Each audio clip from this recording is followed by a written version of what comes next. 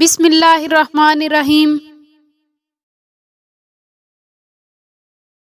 حضرت علی نے فرمایا، اپنے بہترین وقت کو نماز میں وقف کرو کیونکہ تمہارے سب کام تمہاری نماز کے بعد قبول ہوں گے۔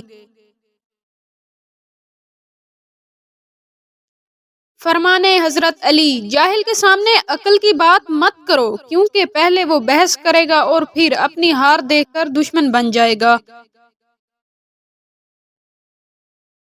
فرمانے حضرت علی، نماز کی فکر اپنے اوپر فرض کر لو، خدا کی قسم دنیا کی فکر سے آزاد ہو جاؤ گے اور کامیابی تمہارے قدم چومے گی۔ حضرت علی علیہ السلام، تم کسی کو چاہو اور وہ تمہیں ٹھکرا دے تو یہ اس کی بد نصیبی ہے، اس کے بعد تم اس کو زبردستی اپنانا چاہو تو یہ تمہارے نفس کی ذلت ہے۔ فرمانے حضرت علی، غلط بات پر غصہ آ جانا شرافت کی نشانی ہے، لیکن اس غصے کو پی جانا مومن کی نشانی ہے۔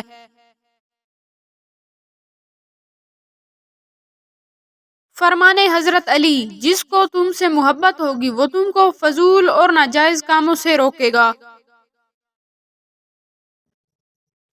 فرمانے حضرت علی، لوگوں کے غلام مت بنو جب اللہ نے تمہیں آزاد پیدا کیا ہے۔